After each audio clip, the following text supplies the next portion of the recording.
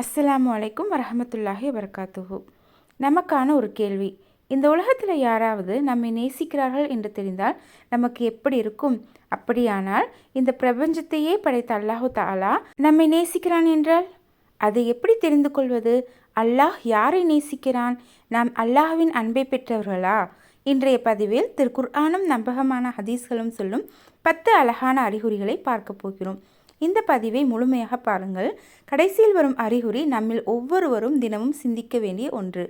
அல்ஹம்துலில்லாஹ், எல்லா புகழும் அல்லாஹ்வுக்கே உரியது. நபிகள் நாயகம் முஹம்மது ஸல்லல்லாஹு அலைஹி வஸல்லம் அவர்கள் மீதும் அவர்களின் குடும்பத்தினர் தோழர்கள் அனைவரின் மீதும் அல்லாஹ்வின் சாந்தியும் சமாதானமும் உண்டாவதாக. அன்பான சகோதர சகோதரிகளே, நம்ம அனைவரும் ஒரு கேள்வியை மனதில் வைத்திருக்கிறோம். அல்லாஹு தஆலா நம்மை நேசிக்கிறானா? இந்த கேள்விக்கான பதிலை நம்முடைய உணர்ச்சியால் அல்ல, திருக்குர்ஆனும் நபிகள் நாயகம் ஸல்லல்லாஹு அலைஹி வஸல்லம் அவர்களின் போதனைகளும் நமக்கு சொல்கின்றன. அல்லாஹு தஆலா நம்மை நேசிப்பதற்கான முதல் அறிகுறி தௌபா.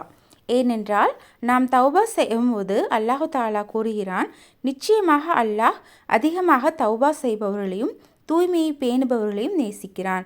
எனவே பாவம் செய்ததே பிரச்சனை அல்ல, பாவத்திலிருந்து திரும்பாமல் இருப்பதுதான் பிரச்சனை.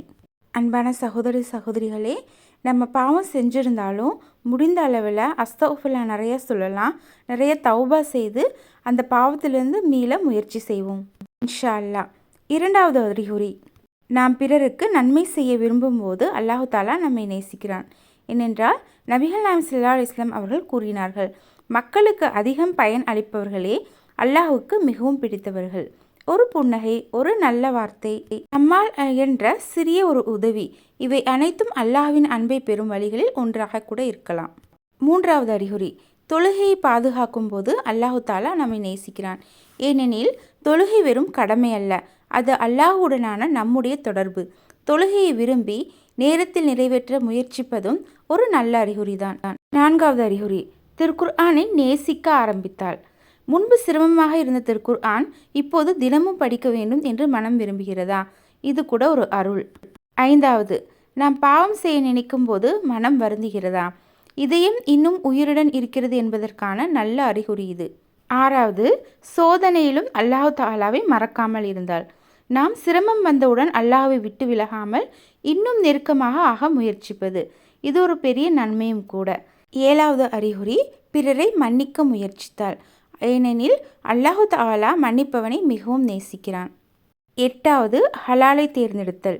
சில நேரங்களில் ஹராம் எளிதாக தோன்றும், ஹலால் கடினமாக இருக்கும். ஆனால் அல்லாஹுக்காக அதை விட்டு விடுவது மிகப்பெரிய இபாதத்து. ஒன்பதாவது, அல்லாஹு தஆலாவை அடிக்கடி நினைத்தால். திக்ரு, இஸ்திக்ஃபார், சுப்ஹானல்லாஹ், அல்ஹம்துலில்லாஹ், இந்த வார்த்தைகள் நம்முடைய இதயத்தை உயிர்ப்பிக்கின்றன. பத்தாவது அறிகுறி, அல்லாஹ்வை சந்திக்க வேண்டும் என்ற ஏக்கம் வருவது. ஒரு முஃமினின் இதயத்தில் அல்லாஹ்வே உன்னை பார்க்க வேண்டும், உன் திருப்தியை பெற வேண்டும் என்ற ஏக்கம் இருந்தால் அது மிகப்பெரிய நன்மைகளில் ஒன்று. அன்பானவர்களே, இந்த அறிகுறிகள் எல்லாம் நம்மிடம் இருக்க வேண்டும் என்பது அவசியமில்லை. ஆனால் இவற்றை நோக்கி நாம் முயற்சி செய்து கொண்டிருக்கிறோமா? அதுதான் முக்கியம். இன்று முதல் அல்லாஹ்வின் அன்பை பெறும் வாழ்க்கையை வாழ முயற்சி செய்வோம். அல்லாஹு தஆலா நம்மையும் நம் சந்ததியினரையும் தன் அன்பிற்குரிய அடியார்களாக ஆக்குவானாக. ஆமீன் ஆமீன் யா ரப்பில் ஆலமீன். அஸ்ஸலாமு அலைக்கும் வரஹமத்துல்லாஹி வபரகாத்துஹு.